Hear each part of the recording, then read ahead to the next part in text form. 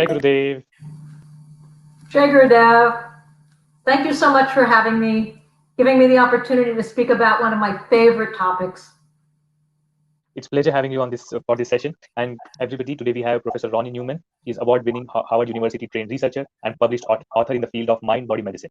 She is the research director for the Art of Living Foundation in North America, is faculty at Nova Southeastern University's Lifelong Learning Institute, and honorary faculty at Sri University. While at Harvard, she co-authored pioneering meditation research, which demonstrated that meditation could enhance mental functioning and increase the length of life. She is currently collaborating with medical schools on 3 studies of Sudarshan Kriya and 2 studies of Sahaj Samadhi meditation in populations ranging from at-risk youth to seniors to first responders during the pandemic. Hi, Ronnie.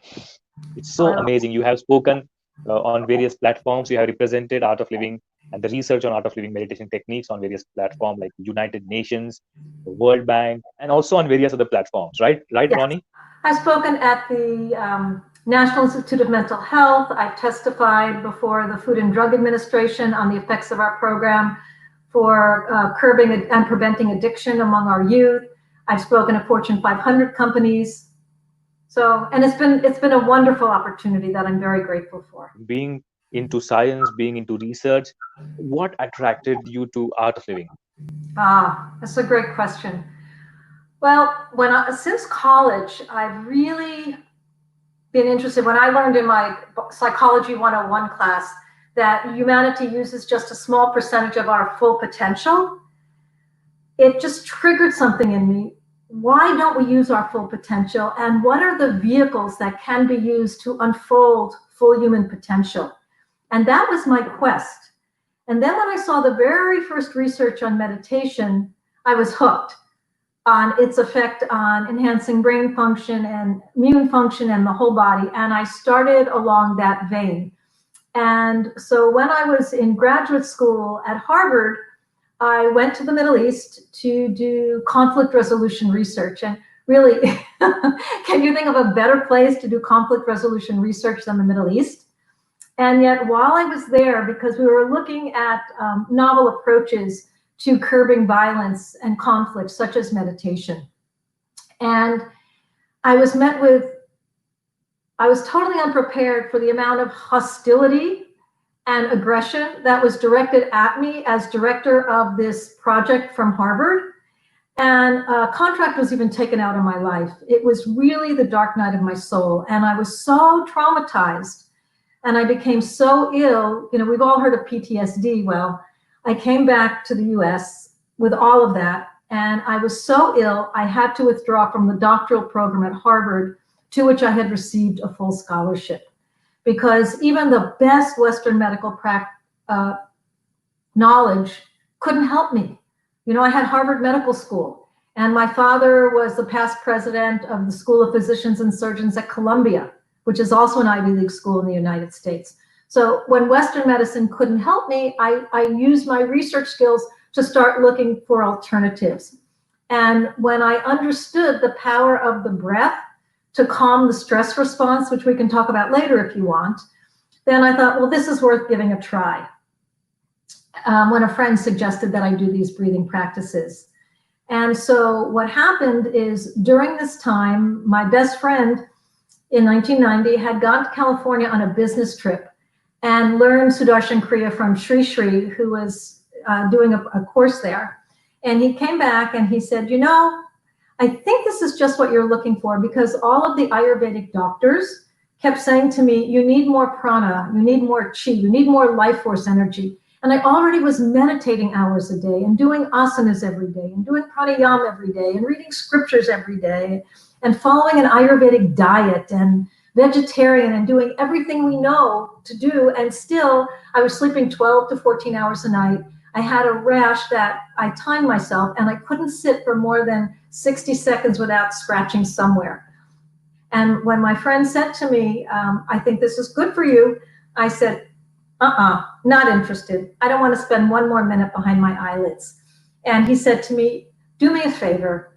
You have really good intuition. So after you finish your sadhana, just go in and ask, would this breathing practice be good for you? And so I said, okay, that much I'll do.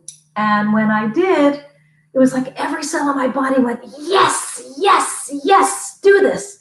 And I thought, I don't want to do this. I don't want to do anything more. And so I asked every day for a week, hoping the answer would change. And when it didn't, I thought, all right, I'll go learn this practice. And if I don't like it, I never have to do it again. And my friend said to me, you know, you want to do it quickly, because the gentleman from India, he didn't call him a guru because I already had a guru. And if he had said that, no way I would have done it. And Guruji had said, use all of your skill to him. So he just said, there's this gentleman from India who teaches us pranayam that floods every cell of the body with prana. And I think it's exactly what you're looking for. And so what I did, and his name is Steve Sperber. And what I did is, then he said, you know, he's starting to make other teachers this summer. So you really want to get it from him before you want to get it directly from the source. You don't want to get it from anybody else. And that made sense to me. So I said, okay. And so a week later, I was off on a plane to Canada, where Art of Living, we didn't have any ashrams in North America at that point. And Art of Living had rented a ski lodge. And so I went and I learned the Kriya from Gurudev right in Shakti Kutir, which was the little chalet that they had rented for Gurudev. There were about 20 of us on the course. And we did it right. We did our asanas out on the deck. It was so beautiful. And then we came inside and we did the Kriya. And during the Kriya, the Sudarshan Kriya, my first Sudarshan Kriya, all of the trauma from the Middle East, all of the fear and all of the feelings of betrayal and all of the anxiety and all of the physical discomfort was pouring out of me, just pouring out of me. Yet, as you know, if you've already learned Sudarshan Kriya, when these things happen during Sudarshan Kriya, it doesn't overshadow you like the experience itself. It's almost like you're watching a movie of somebody else. And so all this was just coming out, and I'm watching this movie, and grief and sorrow, and it's pouring and it's pouring and it's pouring. And then at the end, and I didn't even realize that the Kriya was over because this was just pouring and pouring and pouring. All of a sudden, I feel something very cool across my forehead, and I crack open one eye and I look, and Gurudev is standing right here with a long rose in his hand, and he's rubbing the rose back and forth across my forehead. And then he says to me, he looks at me very lovingly, and he says, Jai Gurudev, it would be good to lie down now. And I lie down, and I went, as happens after Sudarshan Kriya, commonly to many people, I just went into this very deep state of pure consciousness, pure awareness. It was so settled and so comforting, like Mother had wrapped her arms around me. And I thought, this is really profound. And it captured my heart. Gurudev captured my heart when we did the great process with him and the ego seeing process with him. The gentleness and the tenderness, it just captured my heart. And that was it. He had me, as they say, he had me from hello. And that's how I came to Art of Living. Then after the course, you started volunteering for the organization? Yes. You spent some more time with Gurudev? Or how was it? He went? Yes. In fact, one of the things that happened is I was working part-time. This was probably, I think, like 1992, maybe. I was working, I had a regular job because I was not a breatharian. I had to have money to buy food and to keep a roof over my head. And yet I really wanted to be full-time. And I was, at that point, I was on the community advisory committee in the medical school at University of Miami School of Medicine, the Department of Psychiatry and Behavioral Sciences, because I had started the first research on the effect of our program on people living with AIDS. And so I was on the community advisory committee for AIDS at the university there. And one of the faculty members there, one of the professors there, invited me. Because this was like 28 years ago. And he invited me to submit a proposal. They were interested in doing research on Sudarshan Kriya because of the known relationship between our emotions and immune function. It turns out that, just very briefly, that our emotions, we know now, science knows for the last 30, 40 years, that our emotions are not just in our head, but they're everywhere in our body. And they're transmitted there almost immediately by chemical messengers called neuropeptides. And it turns out that positive emotions, joy, love, enthusiasm, produce the release of chemical messengers, which are rapidly picked up by cells everywhere in the body, particularly the immune system, the hormone or endocrine system, and the nervous system, the autonomic nervous system. And so positive emotions boost immune function and actually can lengthen the length of life. And on contrast, negative emotions, fear, sorrow, anger, actually cause the release of chemical messengers, which suppress immune system function, resulting in poor resistance to disease and poor overall health. So at the time when there was no real treatment for HIV, they were particularly interested in these behavioral medicines that could impact emotions and therefore indirectly but powerfully affect immune function.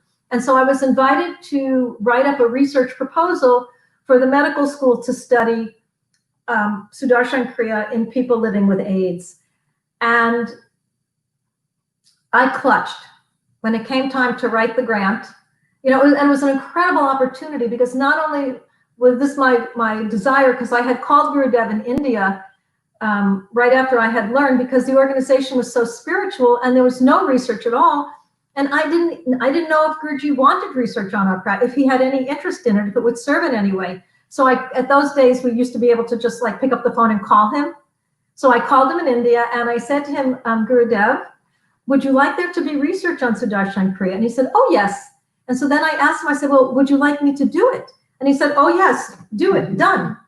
And so, you know, I went to the medical school and I started doing the outreach. And, you know, it came to this point very quickly, actually, like several months later, that I was invited to submit this proposal. And it would have been the first research really in the Western world ever on our practices. And you know how Gurudev says when we make small things so big, that's when we have obstacles. And so in my mind, it became so huge, plus the fact that on a personal level, I really wanted to be full-time. I didn't even have the concept of full-time, but I wanted to dedicate my life, to doing this research and bringing this knowledge to the world. And so there was, you know, I had put a lot of pressure on my head and I absolutely clutched. And I was fumbling over my words. I couldn't write the proposal and it was getting closer and closer and closer to the deadline. And you know how Gurudev has always said, and he especially used to say it a lot in the early days, that gurus are the garbage collectors of the world, and that what you want to do is bring your garbage to the guru, offer to the guru. So I called him. You know, again, we had his phone number. So I called him and I said, Guruji, I have this project and I can't do it. I'm blocking. I have writer's block. I can't do it. Blah, blah, blah. And I'm crying and I can't do it. And he said to me, you can do it. And we just talked for a little while. He said, what about this? What about this? He said, you can do it. Just sit down and start writing. You can do it. And he cleared something in me. And I sat down and I wrote through the night because I had to bring it in like in a day and a half. And I was up all night and it just flowed, you know, and just that letting go, that little window where the grace could come in, when he says, when you surrender, then all of your gifts appear. And it was magic how intelligent and engaging and compelling the words that were coming out on the paper were. And because I was on such a tight deadline, I wanted to keep my energy for the difficult parts of the research proposal. And so there were some sections that were really easy, you know, inclusion, who can be included, who has to be excluded, different things that were really easy. So in those sections, as I was going, I just wrote blah, blah, blah, knowing that I would go back and fill them in later when I was tired and it would be fine. And it turned out I finished writing the proposal like 2 hours or something before I had to go to this meeting and present it. And so, you know, I did a quick meditation and I showered and I put on my best business suit to go and present at the medical school. And I jump in my car and I'm driving down with the document that I had so lovingly printed out. And I'm halfway there. And all of a sudden I realize, oh my God, I never took out the blah, blah, blah and filled in what I needed to fill in. So I'm going to present to the chair of the Department of Psychiatry at a prestigious medical school this first research proposal for art of living with blah, blah, blah in the middle. You literally, you wrote blah, blah, blah. I literally wrote blah, blah, blah in the proposal. So I would go back. Okay. And so as I'm driving down there, I'm halfway there. And, with not a moment to spare. And I realized, oh my God, there's blah, blah, blah in this document. And because of the unconditional love of Guruji and the confidence that he instilled in me, with his, I am there with you. You cannot fail. You are not alone. I just had the thought like, oh, well, it's a happening. And when I got to the medical school, and I lovingly gave them the proposal, and I sat down for the interview. I explained to them that, I didn't tell them my clutch. I just said that, due to time demands, that I had, just putting in blah, blah, blah for the sections I was going to, cut and paste in later. And I didn't realize till I was driving down here that I hadn't put them in. I said, so I will email you the clean proposal without the blah, blah, blah tomorrow morning, first thing. And it was fine. It was great. And what I learned from that is no matter how big something appears in the relative, in the world of Chandas, it's nothing. It's nothing. And that everything that happens for us, because it gave me such a feeling of comfort of how Gurudev was in my corner and was standing next to me, and how he says, when you're with the divine, you cannot fail. That I didn't care. I knew that everything was fine. And it was a remarkable learning for me. It was really, what was really a painful experience turned into something that was absolutely wonderful. And there's actually a sequel to this, if I might. So the next day, Guruji called me. The day after I gave the proposal, he called me and, was asking about it and how did they receive it and etc. And then he paused and he said, Ronnie, do you need anything? And, many people know that when you're in front of Guruji, all of the questions and the needs that you have seem to disappear. They're just gone. And in that moment, when Guruji so sweetly said to me, Ronnie, do you need anything? I couldn't think of a thing. And I said, Guruji, I have you. What more could I need? Because that was the only thing in my head. And then he said to me, Ronnie, do you need money? And I was really embarrassed to say, that I need money. And I didn't answer. And then Guruji made me full time. He said to me, he said, just call Jeff Hauk and tell him what you need. And Jeff Hauk was the treasurer at that time of Art of, or president, or both, of Art of Living at that time in like 1992 in North America. And so it was with that sweetness that Gurudev made me full time. So 1990 to 2020, which is your most favorite time with Gurudev, or most favorite trip with Gurudev?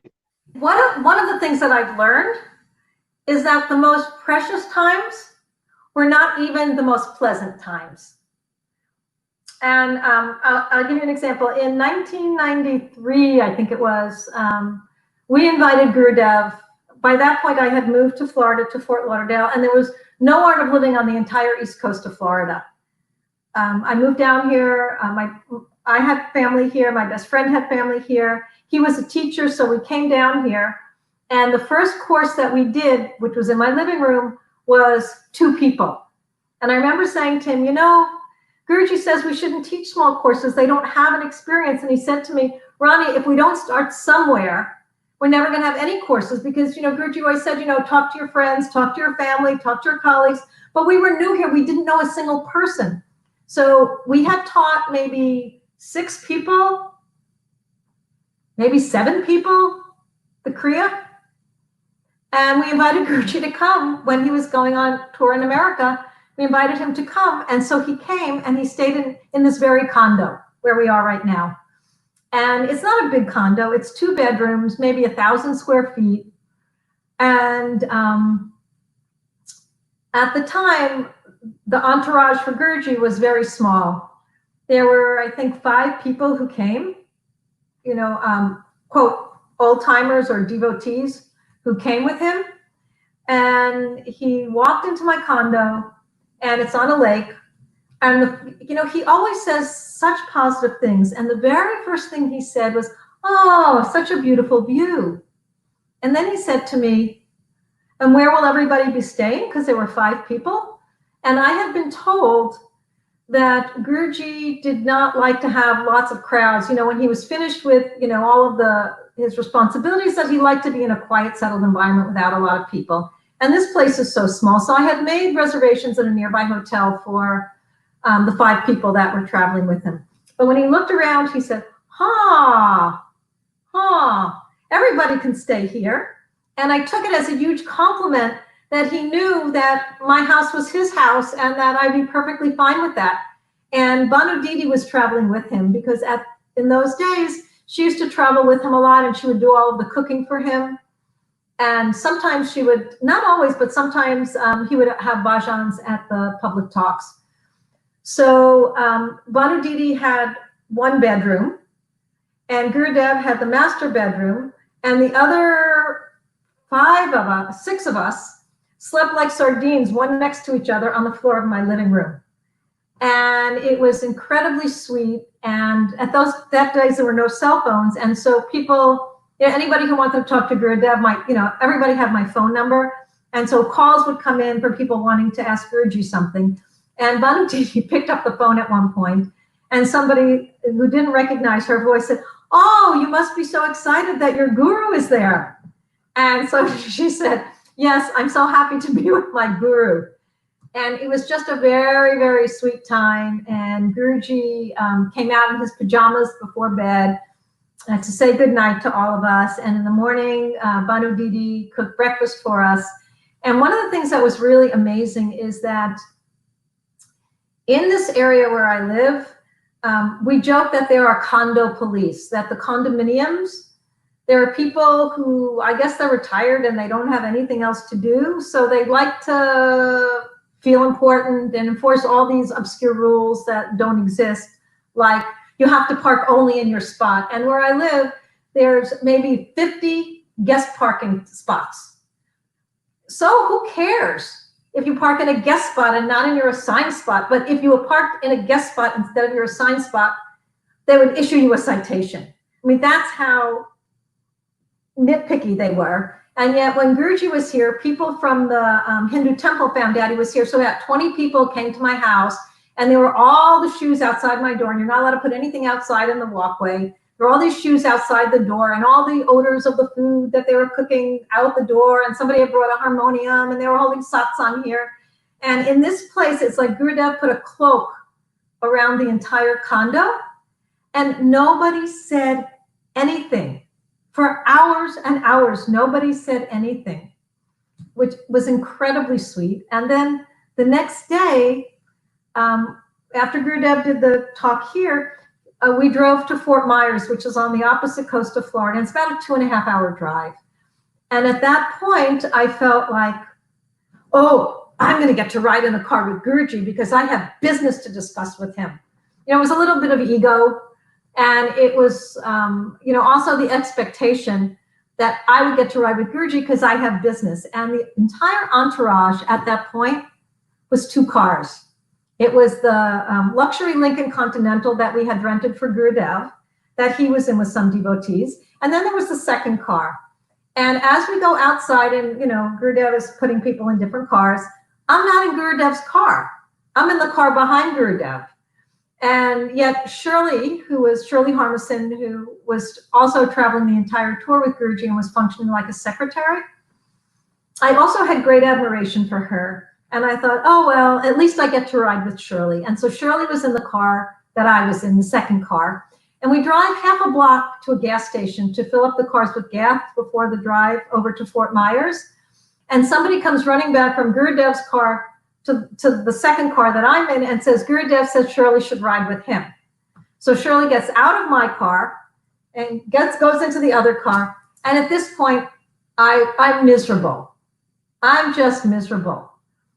Because I figure, oh, I can't even have Shirley. And the small mind starts chewing. I can never have what I want. Guruji doesn't love me. Nah, nah, nah, nah, nah. You know, my mind is just chewing on all this negativity. And we're driving. So we start driving, and everybody in the car I'm in is in bliss. And we have, bhajans we're playing tapes of bhajans, and everybody's singing bhajans. And I realize I'm like 100 feet from my guru, who's in the car right in front of me. And he's been in my home overnight. And with all of this wonderful thing going on, I'm miserable. And I thought, okay, time to live the knowledge.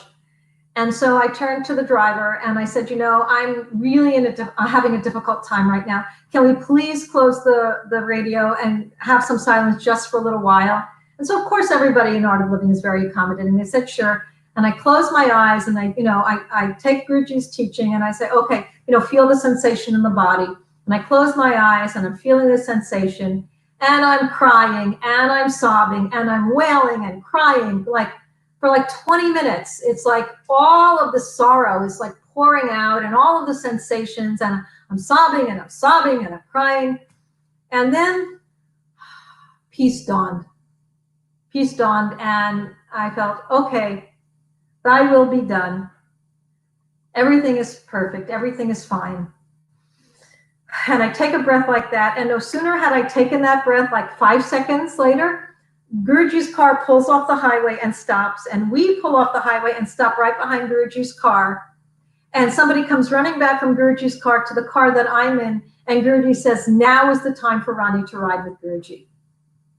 And so I get out of my car and I walk and I get in the car with Guruji. And it showed me that the point that he always makes, that when you follow fun, misery follows. Or what I say is when you're feverish, when you're following fun, when wanting, misery follows you. But when you follow knowledge, fun follows you. And we had the most wonderful time in the car. Guruji was joking and we were talking. And I really also learned another lesson, that even if we don't get what we want right away, the divine loves us so much that we get what we need. And that was such a valuable learning lesson for me that it was priceless, absolutely priceless. So that's how the research started.